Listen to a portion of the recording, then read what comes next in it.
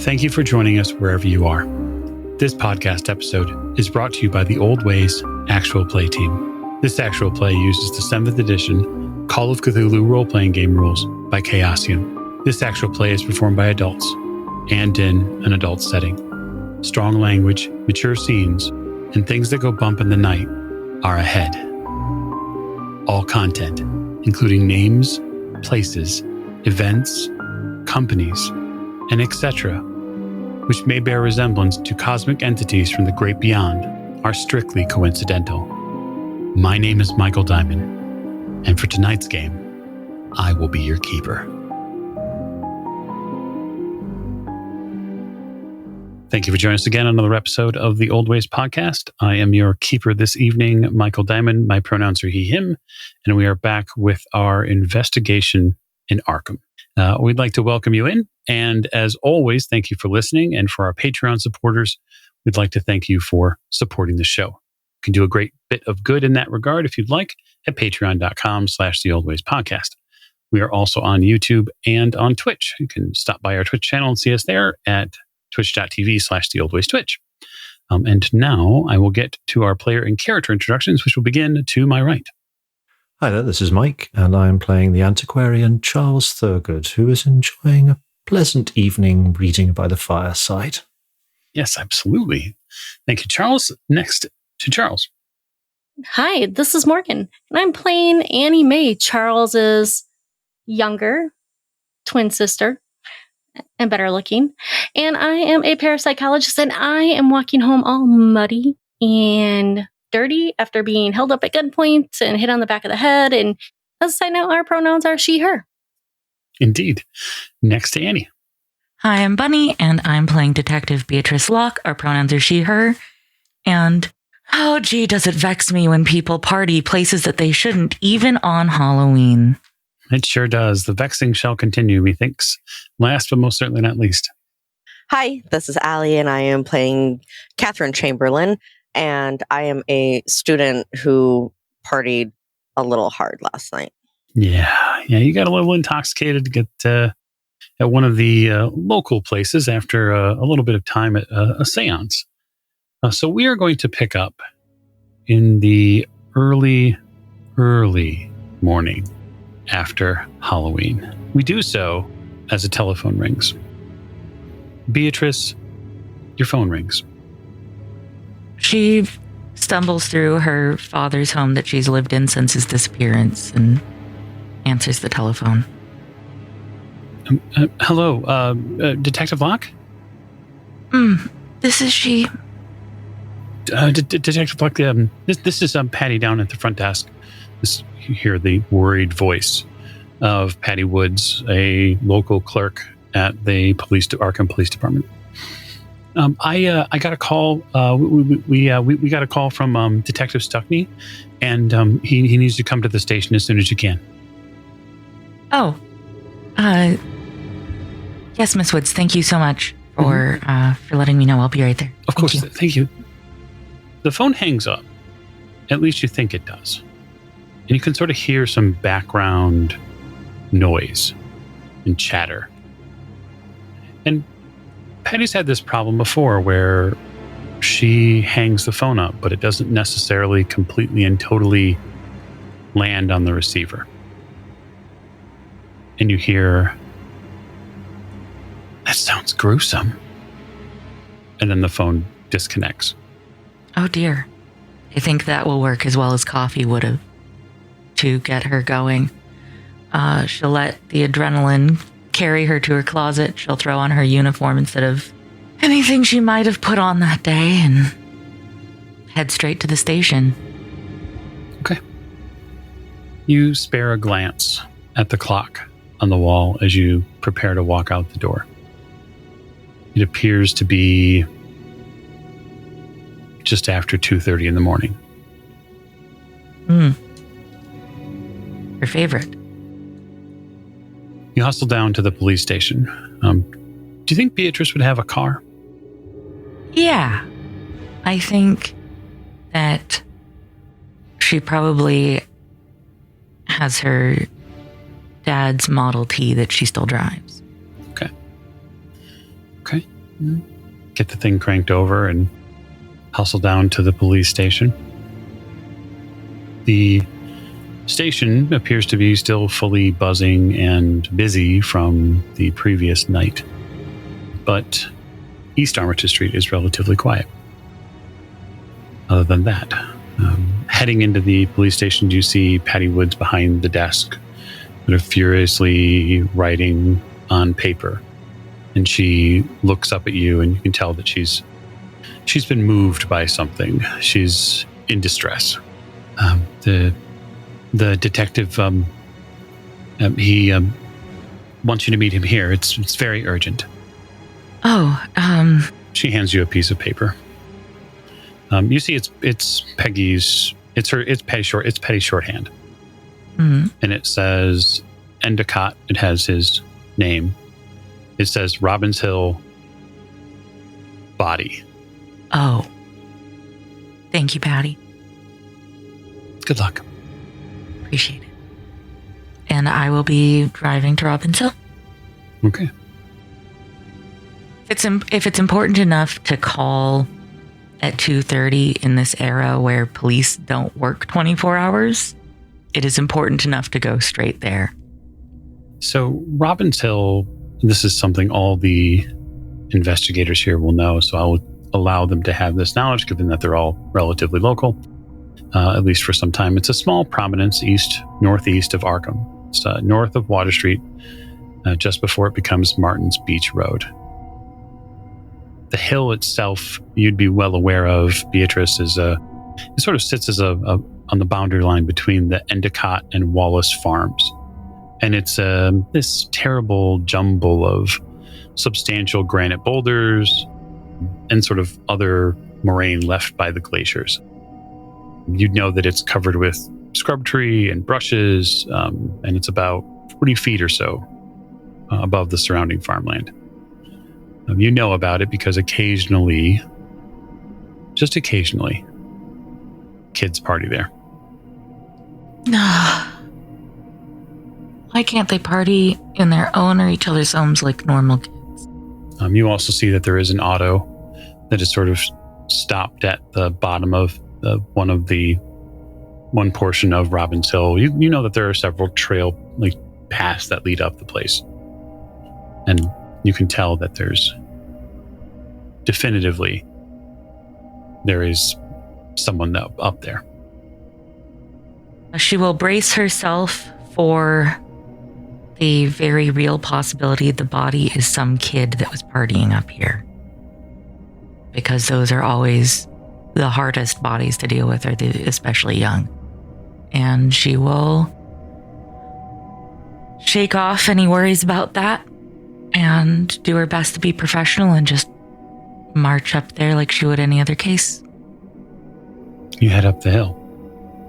40 feet is not terribly difficult to climb, although there are portions of it that you have to adjust for your balance to get up the hill. Near the top of it, or the crest in that hill where you begin to see the other people, there are two other people standing up here. You smell a very faint scent of maybe sulfur, and you pick up the first scent of blood. One of the forms come towards you. They're male figures holding a flashlight. He walks over towards you, and you can tell that it's Detective Stuckney. Ray Stuckney is another detective on the Arkham Police Force. He's someone that you've worked with. He's generally a fairly process-oriented man. He's probably in his late 40s. He has blonde and graying hair and a bit of a red nose for all sorts of different reasons, it seems. He wears spectacles and is a man about doing things the right way.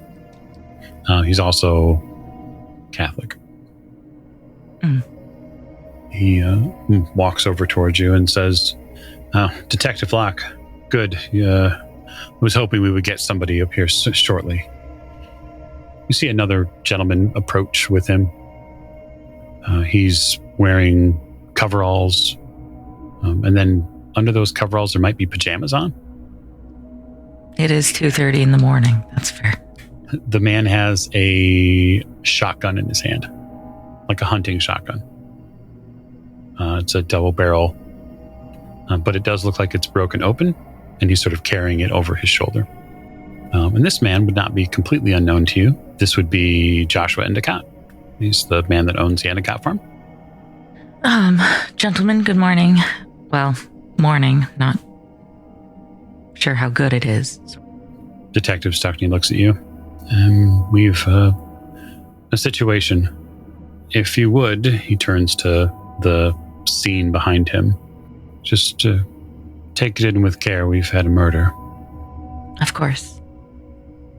She'll have her flashlight out as well so that she can tread lightly, make sure she doesn't step on any footprints that might be anywhere, things like that. So what you see is pretty horrific. There is a large slab of stone, and it's sort of irregular. It's slate. It's still dark with blood. There is a body on this slab. It's been bound at its hands and feet, and it's been disemboweled. Looking around the scene, do I see anything that would explain the sulfur smell? The blood obviously makes sense, but... With your flashlight, you sort of glance around some of these spaces here. You're welcome to make a spot hidden roll as well. And so what I'll just let you know is this is a sort of tiered roll. And so the better success you get, the more I can reveal to you. Of course. 61 over 59. Okay. You could push that roll if you'd like. Totally up to you. So in Call of Cthulhu, we can push rolls if we don't necessarily succeed on them. What it basically means is it gives you the opportunity to try again. And it allows you to push that roll forward in hopes of succeeding, with the understanding that it will not just be a simple failure as it is now, but there might be consequences for the push. I would like to push that roll then. The other option for you, as always, would be for you to spend 1 for 1 on luck to bring the roll number down to your skill number. And that is also available to you. It's the beginning of episode 1, and I'm on a murder scene. Let's push that. Alrighty. I will just say, as your keeper, failed push rolls are bad. And I'm sure it would have nothing to do with this obvious non-plot point that I'm standing at right now. So, 20. Okay. 20 under a... that'd be under my half. Okay, so hard success. Very good. You're going to notice a couple of things. So I'll give you some of the more immediate. He was bound, as I said before, by his hands and by his legs. There is a bowl. It looks like it's, or was, underneath him. The bowl is elegantly carved. It appears to be made of silver. There are also 4 candles nearby. Are they fully burned out, or were they put out? They were put out. Like, did they burn down all the way? Or? Okay. Yeah, so this is a sort of an interesting question. So what I'll do, not to be a hostile keeper, but what I will do is ask you for an idea roll to potentially give you more information specific to the candles. Okay. That is a 38 under my half of 42. Fabulous. That is very good. I'm getting all the good rolls out of the way now, Michael. Don't worry. Oh, I'm not worried. So you take a little time with your flashlight there and sort of examine some of these candles. You notice that there's wax from multiple candles here. And so some of these have definitely been used multiple times, or perhaps this site has been used multiple times. They're also many months old. You also notice that there are symbols on each of these candles. I have a little sketch, but I have a little notebook that I carry around with me for cases. And while I can sort of backfill notes in it from this scene, there's plenty memorable here. I'm going to actually take the time to draw out those symbols in the book. Okay. Let me ask you, what is Beatrice's occult? The default 5%, I didn't put anything in occult. No problem. Good to know. It looks like this body was bound to two heavy branches, sort of wedged into rocks at either end of this slab. The body appears to have been aligned roughly north-south. The wire, the hemp rope that's used looks a little worn, fairly common. There's soil embedded in it. But the knots are secure and pretty well tied. The farmer comes over, just a little closer, and you can see that Detective Stechny is trying to kind of keep the man at bay. And he says, I heard it going on up here. I grabbed my shotgun and I came up here to put to rest whatever devilry was going on here. How long ago was that? No more than an hour, maybe less. Does the man look like he's been dead for a while, or recently, like super fresh? This is exceedingly fresh. Exceedingly fresh. The body is likely still warm to the touch. If that was an hour ago, it's funny that you should mention that he's probably still warm to the touch. She's going to try to get, squat down low enough that she could look over his abdomen. Mm-hmm. And she's going to shine her flashlight above it. In the cold night air, is any heat still leaving his open torso at all? I'm going to say yes, with the understanding that I am not a forensic analysis by profession. Fair. I just think it sounds cool. He's still a little warm. Definitely no more than an hour. Did you find anyone up here or running away still? Endicott nods. I spotted a lantern up here. I heard some foolery going on. This man must have screamed or something. When he did, I ran up here. I fired a shot, but I saw two people run off. After I saw the body, I called. But it was two people that you saw run away? Yes. See, Detective Stechny sort of ease him away from the slab where you're at. We've got it from here. Joshua, why don't you head back to the farm and we'll let you know if we need anything else. The farmer sort of begrudgingly leaves. Thank you, Mr. Endicott.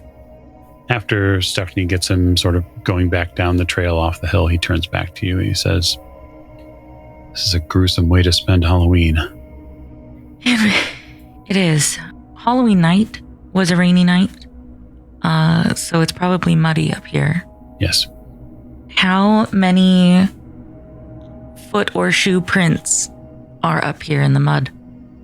There's obviously mine, the other detectives, the farmers. There should be 2 more?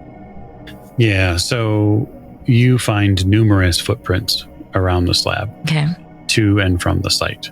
It is actually, given the way Joshua was moving in and out and probably where Stechny was before, there's all sorts of footprints here. This would definitely be a track roll to sort out any of that. Sorting out that, not to try to get around your roll, but sorting out that would be rough. But if they were running the opposite way from where the farmer came from to leave, there should only be a few sets of footprints that go towards the other farm or not up and down the hill where our cars are parked. Right? I want to look around that first and then everywhere. Sure. I can still make that track roll if you want. I do want, yes. Okay.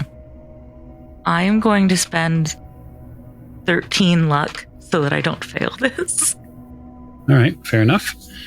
So with a successful track roll, you find a couple of things. There are 2 distinct types of tracks. And the reason why they make sense to you is because they definitely go off in a specific direction, and it looks like there are drag marks on some of these. Like perhaps this person was carried to the site. That would make sense. You can also tell that these same tracks do split and move off in a different direction later on away from the site, but do seem to come back together. And if you continue to track them, you'll actually track them all the way down towards one of the farms. Detective, we have, and I will just exposition about these distinct tracks and the drag marks on some of them, and about how the body was likely carried here, and that if he takes one set, I'll take the other for when they separate and then converge again so that we can try to track them. He nods. Says, if you're here at the slab, make sure that you get everything up here, and I'll take this set here. Okay. You continue your search, and one of the other things that you find up there is a sheet. You find what looks like a large piece of white cloth. It's cerecloth, so it is sort of a type of linen embedded with wax. 12 feet long, 4 feet wide. Interesting. Using one of my gloved hands, I will move it and see if there's anything other than the suspected rain and mud on this. The cloth has a bit of a brownish stain on it. It's been pretty roughly handled, looks like, over the years. You can tell, too, that this is probably something that is aged. It's not new in any way, shape, or form. There are darker stains as well. It looks like there are almost waves of them in different areas. There's definitely something that is new blood on it. You can tell that. It was snagged on some bramble. Sort of have to pick it off. I will carefully trying not to tear the evidence. Okay. You're very careful with it. Stockton comes back after a few minutes and says, I've got them all going all the way down to the farm here, and then they hit the road. After that, they're gone. Interesting. He walks back over to the slab and sort of gives it space. We'll have a coroner up here soon to take the body. What do you make of this? And she'll show him the cerecloth. I don't know. I think maybe I thought at first it might have been some Halloween trick, but he sort of stares at it a little bit. Pretty dirty. But that's fresh. He points to one section of it. That's definitely fresh. It's old. The waves of stains are interesting. I wonder how many times they've done this. The wax on the corners where the candles were lit. There's months of wax there. Are you suggesting these people have done it multiple times? If you can stomach coming over here, and she'll only go as far as she needs to be able to point out the different waxes. These are clearly not the only candles that have been here. Some of this is old. He takes out a handkerchief and covers his mouth. Yes, I see that. Whole place stinks. Yes. All right, well, we'll have to take this into evidence, and then the bowl as well. Of course. Okay. So I'm going to leave Detective Locke there in the scene. And I want to go to Annie Mae, who at one point during our last vignette had been clobbered over the head, tied to a tree, and nearly executed. Although it didn't seem like the people who took her had the stomach for it. And so on a very moist night, you head back to the Thorogood house. Yeah, it was a really long trek back to the home. I'm muddy, I'm wet, I'm in a sour mood because I didn't get what I was looking for. Any sort of ghostly apparitions or something. Nothing for my new research paper I'm writing. And yeah, I make my way into the house, probably pretty loudly. I slammed the door open. It's, raining. And I see the light is on in the library. And so I make my way into there. And I see the back of Charles's head in his reading chair. Charles! Oh. Wake up! Annie May, you gave me quite a fright. Charles, I was just accosted in the woods. Oh, and held at gunpoint. My dear, you're in a bit of a state. Let me get you a glass of brandy. You're worried about the state I'm in after I was held at gunpoint in Ordham's Woods? Gunpoint? Where were you? In Ordham's Woods. I was doing some research. What on earth were you doing out at Ornham's Woods? I mean, you know that place is a notorious trail for bootleggers and other ne'er-do-wells. My goodness me, Annie May, what were you thinking? Are you all right? You're not injured, are you? Well, I got a lump on the back of my head. It hurts. Well, let me take a look at that. No, don't touch it. Don't touch it, Charles. Oh, that looks nasty. Perhaps you should see a doctor. Well, maybe I should, but it's in the middle of the night.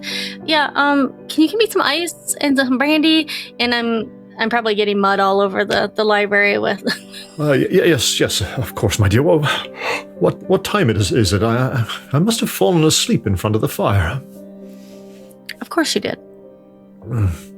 It's it looks like it's. What time is it? What time is it, Michael? What time is it, Mr. Fox? I would say by the time you walk home, having in this sort of state, it probably took you over an hour or so to get back. So I'll say that roughly speaking, for you two, it's near midnight. Oh, it's almost the end of All Hallows Eve. Oh. I missed it again. Listen, my dear, you go and get yourself cleaned up and calm yourself, and I'll see if I can. I'll get you a bowl of soup or something as well as the brandy. How about that? Warm you up on this miserable night. You're soaked to the skin. Oh, Charles, you treat me so good. Oh, don't be silly. Don't be silly. It's I've given Miriam the night off. I thought. Oh, okay. Well, she's gonna be really mad when she has to clean up all this mess in the morning. It'll be fine. I'll help her. It's totally fine. I'm gonna go upstairs. I'll be right back. Yes. Now you're sure you're all right? Yeah, I didn't. I don't think I passed out. I might have passed out actually. It'll be definitely. I'll see a doctor in the morning. Yes, we need to get the doctor to see to you. You might have a concussion or something. Yes, well, I'll go and I'll sort out some soup. I'm sure Miriam's left something somewhere for us. And you go clean yourself up and I'll put another log on the fire, and seems to have burned right down while I've been napping. Yes, well, I won't be long. I just need to get these clothes off, and yeah, I maybe wash the wound out a little bit. Oh, yes, definitely. You don't want to get an infection in that because, dear, no. What on earth were you doing in Ordham's Woods anyway? I told you I was doing something for my research paper I'm working on. Your research paper? Oh, well, I suppose it seems awfully late at night for that sort of thing. You really need to be more careful. I mean, I know you're a very capable young lady, and but still, when you get these rough types out there, they don't respect a lady. They will. Well, some of them are well. You know what I mean. Anyhow, I'll go and see to the soup. Okay. I'll need to go out to the ice house to get some ice for your brandy. I don't know. Where's my umbrella? Have you seen my umbrella? With Charles sort of prattling along and trying to get you settled and you cleaning up, you do get the sense after you get a good look in the mirror, Annie, that you've got just a knot on the back of your head. They hit you hard. Your clothes are definitely going to need to be cleaned and washed and gone over by Miriam when she can. But the nice part is that you're back home now and there's a bed there that you can finally rest in. Which I will do after I have some soup and drink some brandy by the fire. So I clean up. I put on a regular old nightgown, probably one of those thick nightgowns that folks wore back in the 1920s that feel gross.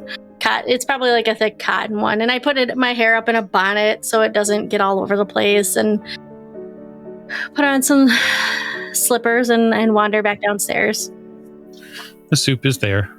Yes. Now, anyway, I've got some cotton wool and a bowl of warm water here and some antiseptic. You sit down and let me take a look at that bump on your head. Make sure it's cleaned out. And Fine, Charles. I take my bonnet off and my hair is in a braid, and so you can clearly see the lump on the top of my head, and it might be a little opened up because I'm sure I bled. Yes. Well, you did. Yes, I don't think it's going to need stitches. Yes, You're not a doctor. Well, I'm just trying to put your mind at ease. Thank you, now Charles. you sit still. Now this is going to sting a little, and I will dab the wound with some. Charles. No, just hold still. I know. You've got to be cruel to be kind. This is like when we were children and you hid my doll from me in the fireplace, and then Ma lit it. Well, I didn't know she was going to lit it. I was only 9. So if you'd like to make a first aid roll, Charles, that would be helpful, I'm sure. Okie dokie. I mean, Charles doesn't know what he's doing, but you'll give it a shot. Oh, no, that's a complete failure. I'm not going to push that because I don't want to accidentally take Anime's head off. Fair enough. Charles does as best as he can to care and comfort Annie, although this fails miserably in the sense that the antiseptic is really strong, and eventually you probably have to tell him to go and sit down because it just hurts too much. Well, are you sure you don't want me to bandage it? Stop touching my head, Charles. It hurts. It'll be fine. We'll stop over and see Dr. Morris tomorrow. Yes, I think that would be for the best, yes. Now, did you get a good look at the ne'er-do-wells who accosted you? No, they smacked me on the back of the head. It was dark. They kicked my flashlight away from me. So I didn't see any of them. And why on earth did you walk all the way out? Why didn't you take the auto? I don't like driving the car all the time. The automobile all the time, Charles. That's more your thing. Yes, well, I know you don't like driving at night in the rain, yes, and I know you like to walk, fresh air and exercise and all that. Yeah, yep, and it gives me more time to observe things, and maybe, this town is just so full of history, and you know that. Yes, I know that, but my dear, if you will go off traipsing around the woods in the middle of the night on your own, then, well, I hope that this has been a lesson to you, that it is simply not safe out there for you. No matter how capable, no matter how smart and you are, and there are simply people around who, well, they do not take these things into account. And they have I know. what the business that they deal in is it is not a law-abiding one. I know, Charles. I know. There's some bad people out there. Why don't you tell me about your night? Trying to distract Charles from going on and on. Oh, well, nothing particular to report. I just, I sat by the fire and I read, and yes, there were a few of the neighborhood children came round, and I think they might have taken some of the candy that we put out for them, but no tricks were played tonight, thank the Lord. Oh, good. I know sometimes the house across the street gets... Well, I know they've had eggs thrown at them in the past, but I as I've told you before, if you put out a jack-o'-lantern and you put out some candy and some apples in a bowl, then they come round, they help themselves and they leave you alone. It's quite simple, really, But I suppose that they consider it a tradition that is below them. So, well. Well, so Charles, I didn't see a bowl there when I walked up, so apparently somebody took the bowl as well.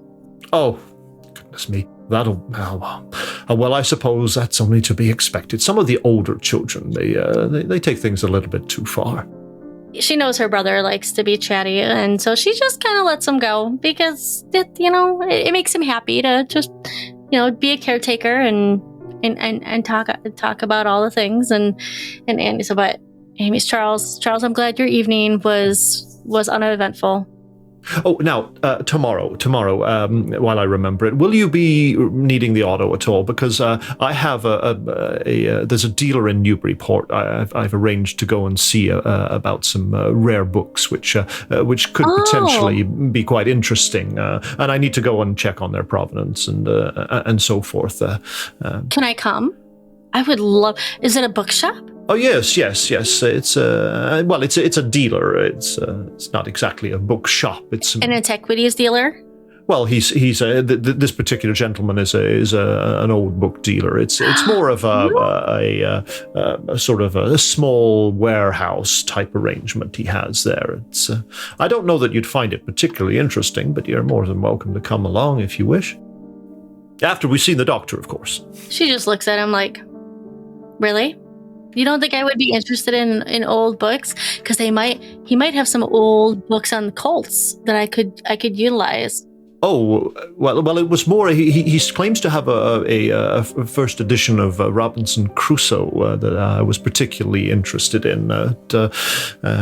So I wish to go and just, make sure it is a genuine edition and not some sort of a later copy, so forth. And, to be perfectly honest with you, there are other dealers in town that I think might have their eye on it as well, and I would like to get there ahead of times in order to secure it if I possibly can. Okay, but I'd still like to come. I see no reason not to. Yes, you're more than welcome. As I say, perhaps we can have a picnic. I do love a good picnic. Oh. But as I say, first thing in the morning, after you've had a good rest, because that's the best thing to do when you've been hit on the head, have a good rest. First thing in the morning, we'll go and see a doctor. I got it, Charles. I put down my brandy, my empty bowl of soup. This has been a lot for one day. And I bid you good night, Charles. Sleep well. Yes. Good night, my dear. I think I'll turn in as well. Yes, it's been an evening. It certainly has. So what we're going to do is we're going to go back just momentarily to Robinsill. So Detective Locke, given your previous spot hidden roll, there's a couple of things I'm going to cue you in on. Okay. Because I'm assuming, perhaps I shouldn't, but I'm assuming that your work of the site is going to continue until at least the coroner shows up. Yes. So during your work of the site, you notice a few drops of blood on the ground it's actually several yards from the slab. You catch it because it glistens in your flashlight. It's really the big key. It's several, perhaps 20 feet up on a high branch. Well, how did you get there? She's going to say quietly out loud. 20 feet up on a branch, huh? Mm-hmm. Hey, detective. He turns. What do you make of that? Gives it like a look.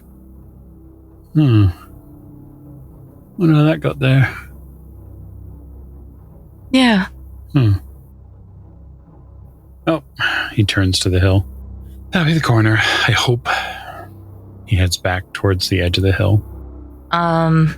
She's going to start gathering up the evidence that's around him to put into her truck to take back to the station, so that the coroner doesn't muss up the bowl or candles or anything moving the body. Okay. She'll also prepare to take the ropes he was bound with once, he's unbound from them. Sure. When the coroner moves him, do I see anything else about him or the slab he was on? Anything else carved into anyone or anything? Other injuries? Anything like that? Yeah, so Dr. Sprague is the one who comes up to move the body.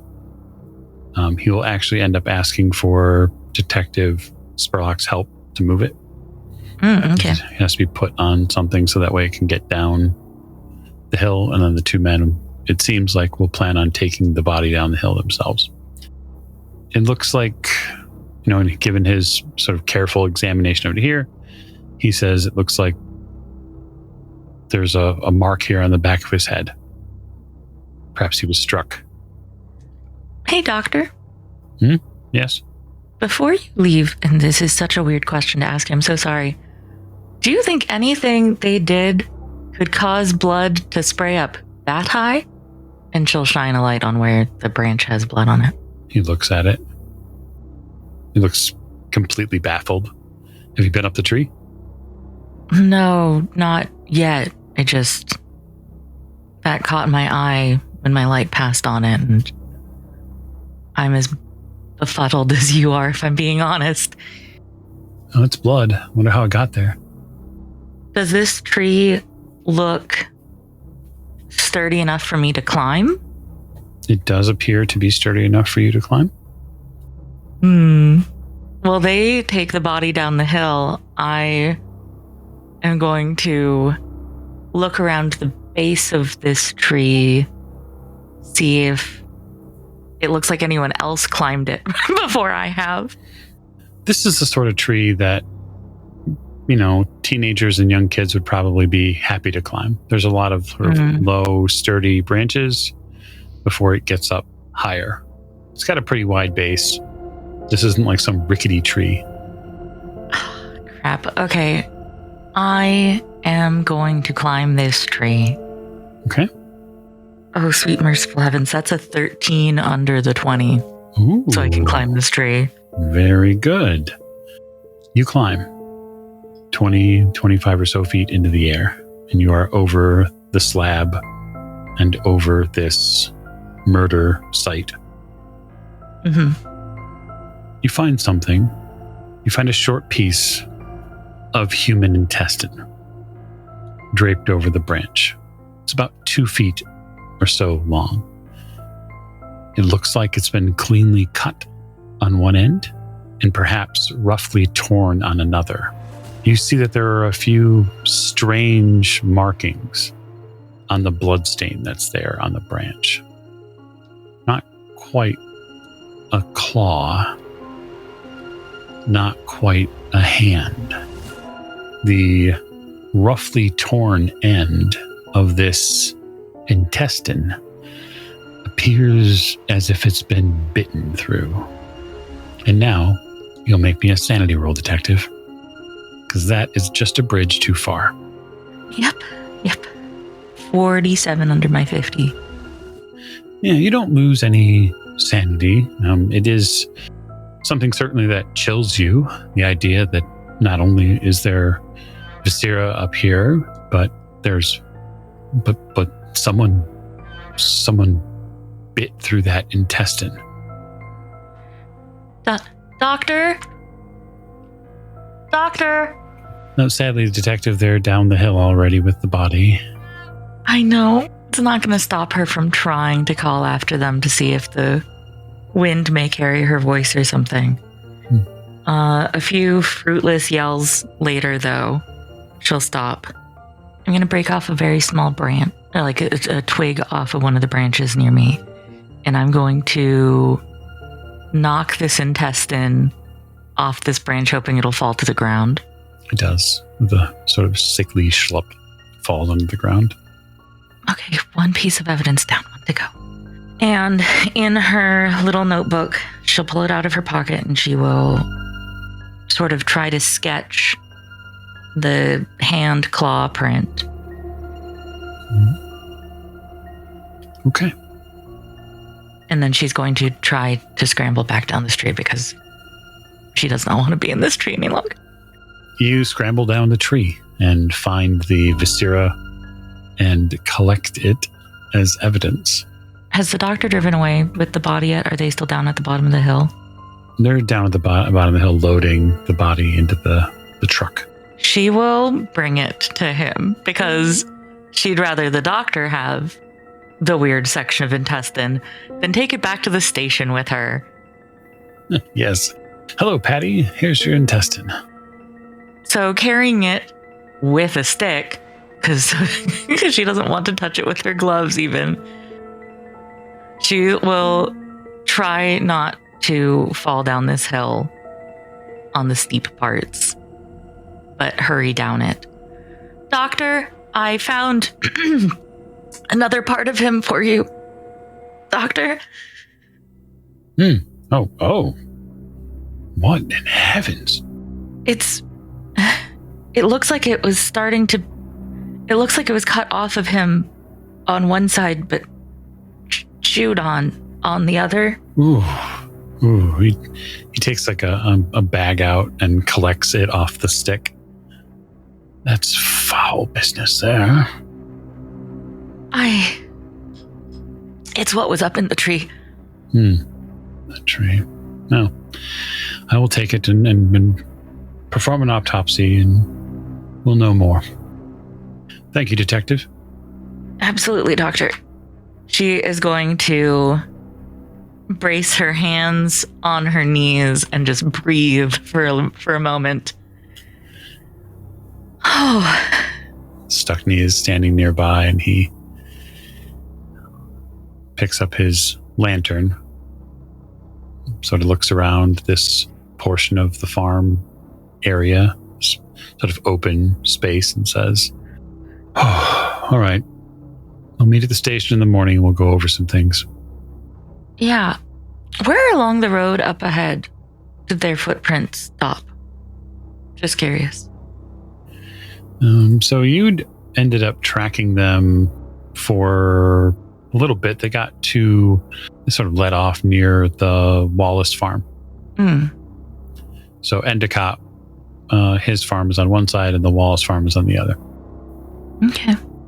You would have been able, with that successful track roll, I'll give you this, you would have been able to get a general size attribute of each of the people. Mm-hmm. There was, what you believe, there was one man and one woman, based on the shoe type. Either particularly large or fairly average sized? What? Fairly average sized, both of them. Okay. She a little bit smaller than he. Okay. I will drop all of this back off at the station. Mm-hmm. And I'll see you in the morning. Thanks for coming tonight, Detective. Of course. Michael? Yes. I actually am not going straight back to the station. Oh, okay.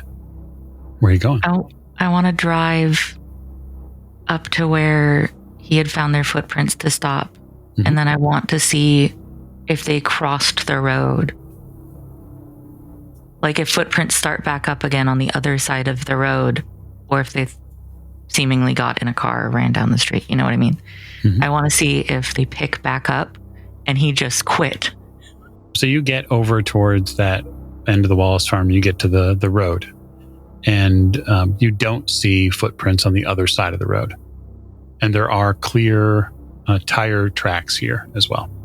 There are tire tracks here. Mm-hmm. He didn't mention tire tracks. He did not.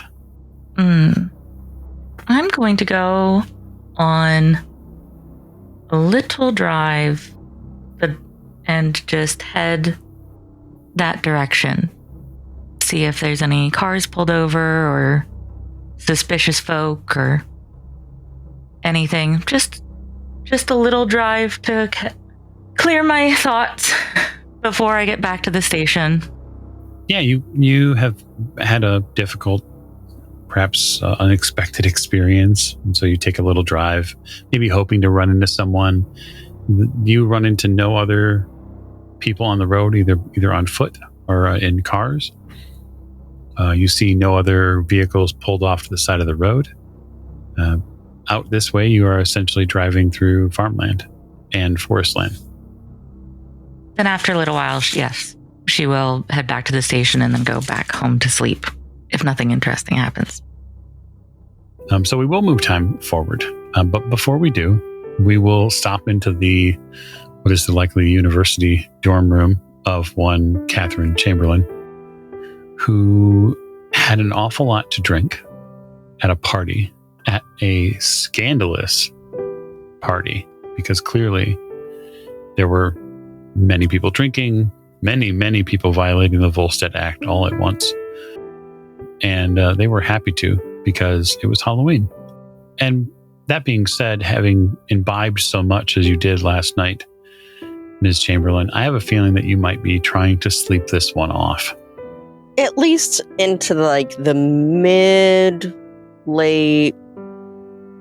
morning, early afternoon. Like if I can make it to 10, somewhere between 10:30 and noon, that would be great.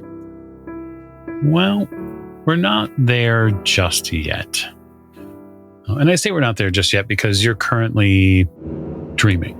And what you dream about is your body in flight over Arkham. You can see all the little different buildings down below you. You're flying along that river, down then through so many row houses, up Garrison Street, back down west, through all these different districts, downtown, East Town, North Side. And you feel like you're a ghost. Your body feels ethereal, whipped by so many high winds.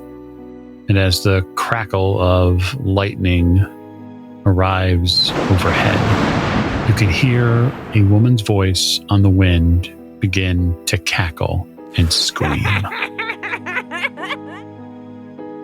But this time, you're not afforded the luxury of waking up. You are simply afforded the terror of knowing that there is something out there and it is screaming. The question is it screaming for you? And we hope to find that out in our next episode. So thank you so much for joining us on this episode of our investigations in Arkham. We will pick it up next session with a new day and perhaps a new discovery. Thank you and good night.